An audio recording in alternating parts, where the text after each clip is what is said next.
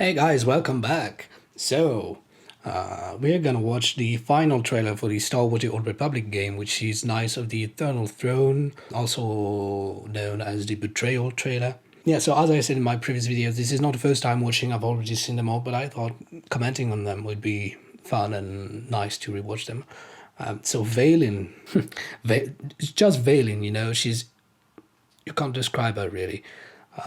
Or you could say maniac, bloodthirsty, all that kind of stuff. But the real question is, was she always going to be like that, or is it really just because of what Valkorion did to her on Nathema? I have mixed feelings, because we saw her as this tyrant, high justice villain. She was a title. She was really despicable back then, and then you learn a story and you kind of feel for her, or you totally feel for her. I mean, she's really been mistreated by her father. She'd say she was abandoned by her mother, but really Senya was just banished and didn't know what to do. Senya was totally powerless facing Valkorion. She's no Valkorion. Valkorion is, I wouldn't say God because, well, I could say God because this is how he defines himself, but you know what I mean? He was like this power in the galaxy, unprecedented, and maybe the only next in line was Sidious. So there was nothing really a single person could do against him, not even the Outlander. So let's watch the trailer. I love how it starts, like the ending is the beginning, and we just go into the nice story of a mother and a child.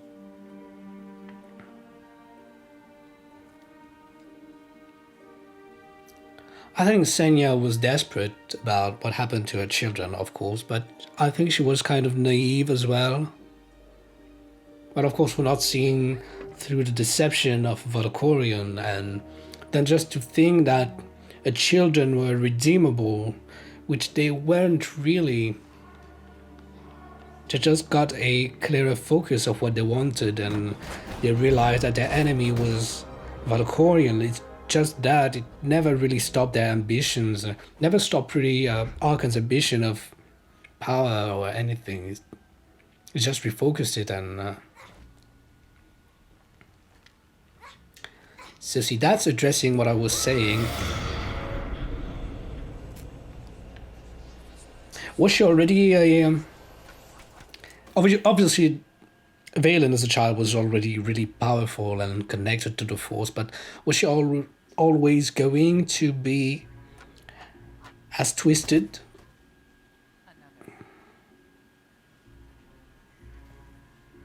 Because then, of course, there is this scene.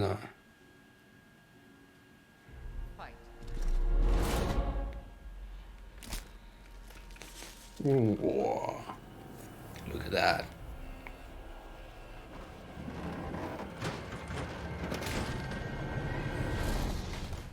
With proper training, she could have gotten it under control, and because there she was just overwhelmed by it, she didn't really control it. And of course, Valkorion sees that, and he isn't happy about it. Oh, he's really well, not happy against Senya, but seizes an opportunity.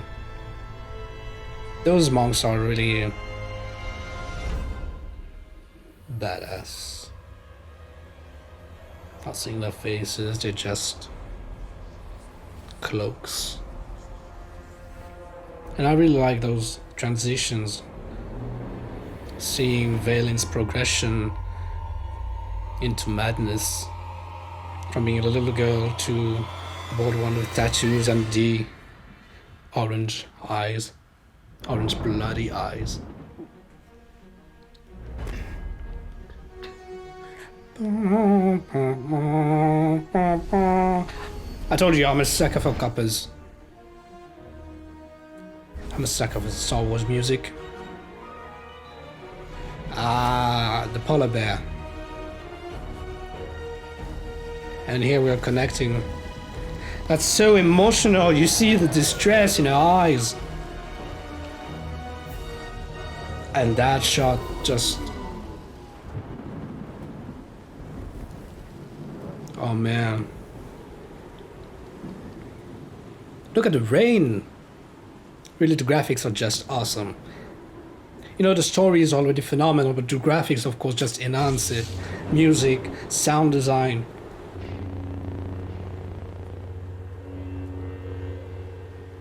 Stay behind me.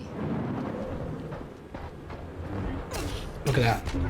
Choreography, guys. And no music, single shot, handheld camera. Like it's animated, it's 3D animation, and it feels so real. That's... And the choreography is so great. Like, there's not 1 second where you're just looking at a guy and saying, why don't you attack her now? It's just really great. And then Valen. Yeah, she's already too deep in.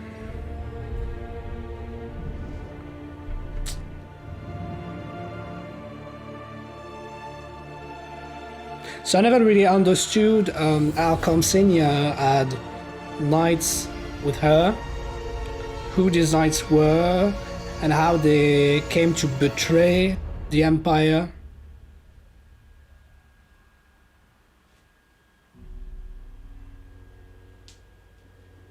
It's really a sad story, Valen. And of course she dies, and then in Echoes of Oblivion you come to see her, and she seems more at peace with herself, you know. She's come to realize some things, and that it's not all of one person's fault. Like, she blamed her mother a lot, and she felt abandoned by her brother. Arkan, that is, because Thexan, she rather mourns him, if I recall. Callback, just a callback with the wooden bear.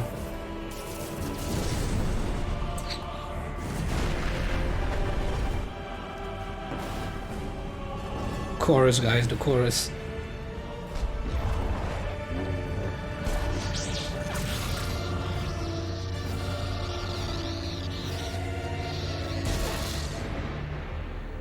Oh, I got chills. Oh.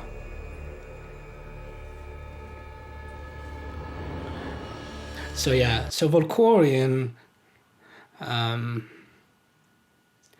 that's interesting because I don't really know if Valkorion ever realized that his family had a grudge against him. Because in Echoes of Oblivion, when you're in Satil's mind, spoilers, when you're in Satil's mind, and there is Valkorion, and he's talking about his family, he really believes that his family is going to beat the crap out of the Outlander, and they're not. They're here to beat his ass.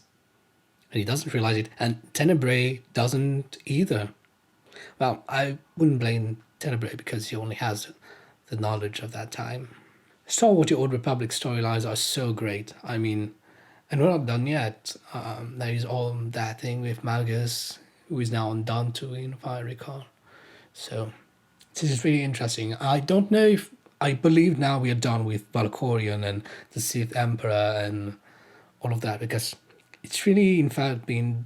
this whole storyline's been about Valkorion, Tenebrae, Vitiate, through the years, dying, getting reborn, wanted to take his place, annihilating his children, you know, his power base as well. Like, everything's been about him. So now that he's gone, I think he's gone. I think he is now, right? Because we've already killed him like thrice. I feel like we need another threat, you know, a bigger threat, because Malgus is a valuable threat, I guess, but he's not the threat that was Tenebrae, Valkorion, Vitiate. I was mentioning that I would pick Vitiate over Palpatine, but there is another Sith that I'm considering two Sith. There's Darth Nihilus and Darth Jadus, which to me are really two powerful Sith. Nihilus was nearly unstoppable, really. He got annihilated because he was free, but how can you stop something that has no body? And Darth Jadus, it is mentioned in the game that his power is second to the Emperor's. And Darth Jadus is a real good strategist. He fled the galaxy, waiting for his moment to come back. There is a moment when we are on Odyssey and Lana Benico is talking to us, and we come to know that he's still alive somewhere, and she knows it. So I'm looking forward maybe for his comeback, because when he fled, he said he was coming back to destroy it all. So I'm looking forward to this.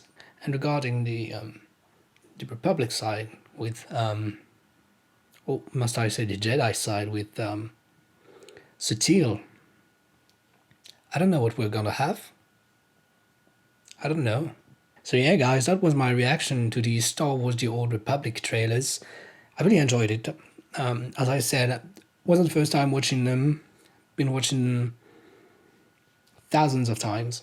But I really thought it would be nice to rewatch them with you and get to chat a little bit about everything that refers to those trailers in the storylines, or what the trailers themselves refer to. I could talk on and on and on and on for days about Star Wars and games and movies. And so that's it, guys. Thank you for watching with me. Hope you enjoyed it. And please don't forget to like, comment, and share and subscribe. And let me know in the comments what you thought. Let me know what you think about Star Wars. Of course, I can say we didn't like the sequels as much as we would have wanted. But Star Wars is still Star Wars.